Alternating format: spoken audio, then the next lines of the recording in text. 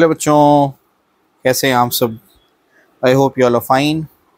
बच्चों, कल आप सभी का HSC 2025 का फिज़िक्स पेपर हुआ, ठीक।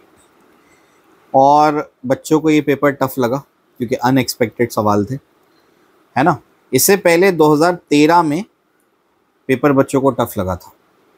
टीचर को तो पेपर इतना टफ लगेगा नहीं क्योंकि टीचर तो सालों से वही पढ़ा रहे, लेकिन बच्चों के अगर हिसाब से सोचें, बच्चों के रिस्पेक्ट में, तो with respect to students paper थोड़ा सा टफ था कल का। और इससे 2013 के बाद 2019 में बच्चों को टफ लगा था, उसके बाद 2025 में बच्चों को टफ लगा पेपर। इतने सालों से मैं पढ़ा रहा हूँ तकरीबन, तो आपकी जितनी एज है उतना लगभग मेरा एक्सपीरियंस है। तो मैं ये ऑब्ज़र्व करता हूँ कि कौन कौन से ईयर में बच्चों को पेपर टफ लगा था। 2013 में लगा, 2019 में लगा, 2025 में लगा। तो अगर आप गैप देखेंगे तो हर 6 साल में पेपर टफ बनाते हैं लोग। महाराष्ट्र स्टेट बोर्ड वाले हर 6 साल के बाद पेपर टफ कर देते हैं।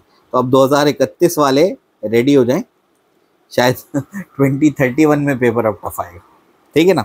चलिए आइए, अब कुछ चीज़ें मुझे पेपर में बहुत अटपटी लगी कि ऐसा नहीं कि पता नहीं क्यों पूछ लिया उन लोगों ने। इतना बड़ा बोर्ड है महाराष्ट्र स्टेट बोर्ड, अगर आप हमारी बात सुन रहे हैं तो आप, मेरे समझ नहीं आ रहा कि आप क्या क्वेश्चन फ्रेमिंग में कैसे गलती कर सकते हैं।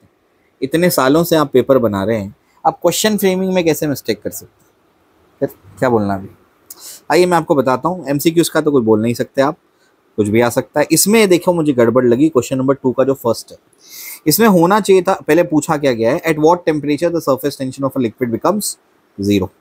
कौन से टेम्परेचर पे, कौन से टेम्परेचर पे लिक्विड का सरफेस टेंशन 0। कौन सा लिक्विड भाई, कौन सा लिक्विड, वाटर है या कोई और लिक्विड है, कौन सा लिक्विड है। अगर लिखते हैं at what temperature the surface tension of water become 0 तो वो आता 370 डिग्री सेल्सियस, ये आता। लेकिन ऐसा टेक्स्ट बुक में कुछ भी मेंशन नहीं है। एट व्हाट लिखा है तो हमारी रोजमर्रा की जो इंग्लिश लैंग्वेज है, एट व्हाट मतलब वो पर्टिकुलर टेम्परेचर पूछ रहा है तो आपको लिक्विड मेंशन करना पड़ेगा। कोई लिक्विड मेंशन नहीं है। यहाँ पर होना चाहिए था एट विच टेम्परेचर, जो टेक्स्ट बुक में लिखा हुआ है पेज नंबर 40 पर। आप अपनी टेक्स्ट बुक ओपन करिए, मैकेनिकल प्रॉपर्टीज ऑफ फ्लूइड्स देखिए, उसमें पेज नंबर 40 पे लिखा हुआ है, क्या लिखा है, surface tension of a liquid become 0 eight critical temperature. तो इसका आंसर आएगा क्रिटिकल टेम्परेचर। क्वेश्चन पढ़ के तो ये लग रहा है कि वो पर्टिकुलर टेम्परेचर पूछ रहा है, लेकिन वो तो पर्टिकुलर बेसिकली क्या पूछ रहा है, कौन सा एक जनरल टेम्परेचर है जिसको हम लोग, नाम क्या है, क्या उसका नाम क्या है, जिस टेम्परेचर पे लिक्विड का सरफेस टेंशन 0 हो जाता है। टेक्स्ट बुक में बस यही दिया हुआ है, कोई डेटा नहीं दिया हुआ है, कोई लिक्विड के बारे में और डिस्कशन नहीं है। तो वहाँ पर आपको, आई होप यहाँ पर तो यहाँ क्वेश्चन फ्रेमिंग में गलती कर दी होंगी। ऐसे कैसे क्वेश्चन फ्रेम कर दिया आपने, इतना बड़ा आप बोर्ड हो, इतने सालों से आप पेपर बना रहे हो, ऐसे क्वेश्चन, ऐसे को आपको क्वेश्चन फ्रेम करना नहीं आया, बच्चा तो परेशान हो जाएगा उस पर। इसके बाद ये सब तो आ सकता था, ठीक है।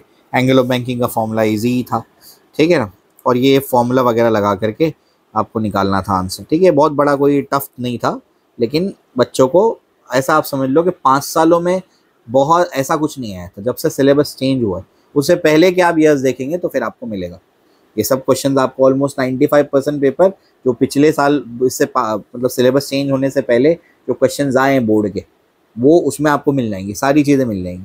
लेकिन पिछले 5 सालों में ये ऐसे ऐसे क्वेश्चन तो पूछे नहीं गए थे। हार्मोनिक ओटोन आ चुका है, मतलब इजी है, टफ चीज़ नहीं है, पढ़ते हैं बच्चे, ठीक है। और न्यूटन्स लॉ ऑफ विस्कोसिटी, इसमें भी कोई दिक्कत नहीं है। जहाँ जहाँ दिक्कत है वो मैं आपको बताता हूँ। अब ये भी देख लीजिए आप, ये भी क्वेश्चन इससे पहले कभी आया नहीं, लेकिन पूछ लिया गया, लेकिन टफ नहीं था मेरे हिसाब से। ये बच्चे अगर फॉर्मूला पढ़ के जाते तो आराम से कर लेते, ठीक है। 4 एडवांटेजेस LED के, और ये तो कॉमन क्वेश्चन है ना, ये तो कॉमन क्वेश्चन है, law of conservation of angular momentum etcetera etcetera, ठीक है ना। ये भी क्वेश्चन ऑलरेडी आया हुआ है, रिसेंट ईयर्स में ही था, तो आप कर सकते हैं। ये क्वेश्चन एक नया आया, कोएफिशिएंट ऑफ कपलिंग पहले तो सिलेबस में था ही नहीं। 2020 के बाद जो सिलेबस आया उसमें कोएफिशिएंट ऑफ कपलिंग को इंट्रोड्यूस किया गया, लेकिन अब तक ऐसा कोई सवाल पूछा नहीं गया था। तो एक नए टाइप का क्वेश्चन था आपके लिए, ऐसा कुछ नया पूछा उन लोगों ने। ये सब मेरे हिसाब से टफ नहीं था, ये बच्चे कर सकते थे अगर ढंग से पढ़ के जाते तो, ठीक। लेकिन कुछ कुछ चीज़ें बहुत अजीब पूछी गई हैं, ऐसा है। ये ऑप्टेन, ये भी कभी नहीं आया। Obtain expression for the period of a bar magnet vibrating in uniform magnetic field, performing SHM. पिछले 5 सालों में इसके न्यूमेरिकल आए, जहाँ तक मुझे याद है इसके ऊपर न्यूमेरिकल आपको मिल जाएंगे पीवाईक्यूज में, लेकिन इसके ऊपर सवाल तो ऐसा एक्सप्रेशन फाइंड आउट करने वाला नहीं आया। ये सब कॉमन क्वेश्चंस हैं, ये भी आप कर सकते थे, आए भी हैं ये सवाल, रिसेंट ईयर में आए भी हैं, तो ये भी कोई दिक्कत नहीं। Radio common question, Kirchhoff's law of radiation common question. ये क्वेश्चन नंबर 20 बेटा मैंने जब से HSC बोर्ड चल रहा है तब से 1996 से 2024 तक के सारे सवाल देखे मैंने। इसमें दोनों part, and correction for pipe open at both ends and closed eight one and, दोनों सवाल कभी नहीं पूछे गए। आज तक बोर्ड की हिस्ट्री में कभी ये सवाल आया ही नहीं। आप ऐसे सवाल बच्चों को दे दोगे तो बच्चों को पेपर टफ नहीं लगेगा तो क्या लगेगा। ऐसे क्वेश्चंस आपने पेपर में डाल दिए जो आपने अपने बोर्ड की हिस्ट्री में कभी नहीं पूछे। ये एंड करेक्शन तो पहले से पुराने सिलेबस में भी था, अभी भी सिलेबस में है, तो पूरे इतने सालों के मैंने क्वेश्चंस देखे, 1996 से 2024 तक के सारे सवाल मैंने देखे, दोनों पार्ट्स कभी नहीं पूछे गए हैं। Open at both the end वाला सवाल पूछा गया है, लेकिन उसके साथ में क्लोज्ड एट वन एंड वाला सवाल कभी पूछा ही नहीं गया है पेपर में। ये पता नहीं क्या पेपर बनाया है आपने, ठीक है ना। महाराष्ट्र स्टेट बोर्ड इसके ऊपर जवाब दे। एक तो हमारे बच्चों के साथ में पहले ही नाइंसाफ़ी है। हमको अगर मेडिकल और इंजीनियरिंग का हम लोग की सीट चाहिए तो हमको एंट्रेंस देना पड़ता है, नीट और जेई, है ना। और इसके लिए हमको पहले से ही पढ़नी पड़ती है एनसीईआरटी। एनसीईआरटी एक डिफरेंट किताब है, उसको पढ़ने पढ़ाने वाले डिफरेंट लोग हैं, है ना। अब हमारे को बोर्ड के लिए पढ़ना पड़ता है एससीईआरटी की किताब, हमारी गवर्नमेंट स्टेट बोर्ड की टेक्स्ट बुक, है ना। हमारे बच्चों के साथ में पहले ही नाइंसाफ़ी है, दो बुक आपने उनके हाथ में थमा करके रखी है कि ये भी पढ़ो, एंट्रेंस के लिए ये पढ़ो और स्टेट बोर्ड के लिए पढ़ो। दोनों का सिलेबस मतलब सेम बट डिफरेंट वाला हिसाब है। बच्चे वैसे ही परेशान हैं। उसके बाद आप ऐसे सवाल पूछ रहे हैं पेपर के अंदर जो आपने अपनी बोर्ड की हिस्ट्री में कभी नहीं पूछे। ये क्या किया है महाराष्ट्र स्टेट बोर्ड? अगर हमारी बात सुन रहा है तो आप उसके जवाब दें। आपने ऐसे क्वेश्चंस क्यों डाले पेपर के अंदर? उसके बाद ये क्वेश्चन, ये महाराष्ट्र स्टेट बोर्ड की हिस्ट्री में नहीं आया सवाल। कंडक्टिंग एंड पे, अच्छा इससे पहले ये भी बता दूं मैं कि 2020 के सिलेबस के बाद ही, जो नया सिलेबस आया उसके बाद ही ये टॉपिक इंट्रोड्यूस किया गया। कि पहले हमारे महाराष्ट्र स्टेट बोर्ड के सिलेबस का पार्ट नहीं था। तो चलो छोड़ दो ना, लेकिन पिछले 5 साल पूरे हिस्ट्री में नहीं आया, चलो बात छोड़ दो, लेकिन पूरे 5 साल में भी तो कभी नहीं आया। ट्रांसलेशन, इमोशनल ईएमएफ का ट्रांसलेशन वाला पार्ट जो सबसे ज़्यादा बच्चे प्रैक्टिस करके जाते हैं, जो मोस्ट कॉमन क्वेश्चन है, वो ना पूछ करके आपने रोटेशन वाला सवाल पूछा कि अगर वो रोटेट करेगा तो एंड्स पे क्या ईएमएफ इंड्यूस होगा। उसके बाद ये एक सवाल पूछ लिया गया, ऐसा सवाल कभी नहीं आया बोर्ड में, बोर्ड की हिस्ट्री में कभी ऐसा सवाल नहीं आया। How many revision will it make for around the nucleus in that time, ये सवाल नहीं है। ये तो चलो कॉमन क्वेश्चन था। उसके बाद ये भी कॉमन क्वेश्चन था, ऐसे क्वेश्चन पूछे गए हैं। और प्रेशर इनसाइड वाला सवाल आ चुका है, तो ये ऑलरेडी आपको पीवाईक्यूज़ में मिलेगा कहीं ना कहीं, ऐसा है। ये भी क्वेश्चन आ चुका है, और तो ये भी कोई दिक्कत नहीं है इसमें। इसके बाद average power dissipated, interference diffraction के डिफरेंस डिस्टिंग्विश बता दो, तो इसमें कोई दिक्कत नहीं है, ये भी कर लेंगे। फोटो इलेक्ट्रिक इफेक्ट, यहाँ आ जाओ भाई, यहाँ आ जाओ। ये सवाल इतना कंट्रोवर्शियल है, बोर्ड में कभी भी वेन डायग्राफ जनरेटर के यूजेस पूछे ही नहीं गए हैं, नेवर। 1996 से, मैं क्या बोल रहा हूँ तुमको, 1996 से लेकर 2024 तक के सारे क्वेश्चंस देखे मैंने, वेन डायग्राफ जनरेटर के यूजेस पे कभी सवाल आया ही नहीं है पेपर में, नेवर। तो एक तो यूजेस पूछ लिए, ऊपर से 4 यूजेस पूछ लिए। कौन याद करके जाता है ये छोटी छोटी इतनी सारे 4 यूजेस के? कभी सवाल नहीं आया, यूजेस पूछ लिए। वेन डायग्राफ जनरेटर एनसीईआरटी से डिलीटेड है, बच्चे एंट्रेंस में पढ़ेंगे नहीं। कितना पढ़ेगा बच्चा, क्या क्या पढ़वाना है आपको? या तो आप हमारा स्टेट का एंट्रेंस कर दो कि स्टेट बोर्ड की टेक्स्ट बुक पढ़ के हम लोग हमारा एंट्रेंस कर दे, या तो आप सीधा सीधा एनसीईआरटी क्यों नहीं कर देते।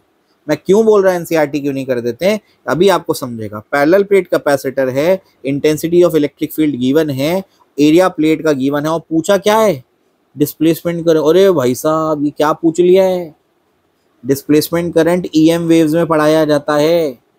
डिस्प्लेसमेंट करंट कहाँ पढ़ाया जाता है? इलेक्ट्रोमैग्नेटिक वेव्स में पढ़ाया जाता है। डिस्प्लेसमेंट करंट का कॉन्सेप्ट महाराष्ट्र स्टेट बोर्ड की टेक्स्ट बुक में है ही नहीं, ये तो एनसीईआरटी की 12वीं की टेक्स्ट बुक में इलेक्ट्रोमैग्नेटिक वेव्स में।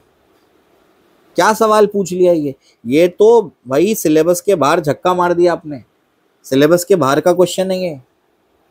महाराष्ट्र स्टेट बोर्ड की हिस्ट्री में कभी ऐसा कोई क्वेश्चन नहीं आया है तो क्वेश्चन नंबर 31 फ्रेम किया आपने। ये पता नहीं क्या किया महाराष्ट्र स्टेट बोर्ड वालों ने, मतलब बिल्कुल अनएक्सपेक्टेड था उनसे। ये क्या कर दिया आपने पेपर में? पेपर में ऐसा नहीं कहूँगा मैं कि पेपर अनडूएबल है, पेपर डूएबल है, ठीक ठाक आप पेपर कर सकते हैं, लेकिन अनएक्सपेक्टेड क्वेश्चंस है पेपर में और आउट ऑफ सिलेबस क्वेश्चन। ये क्या कर दिया भाई, सिलेबस के बाहर सवाल है ये कैसे पूछ लिया आपने displacement? This question should be cancelled, ये क्वेश्चन कैंसिल होना चाहिए।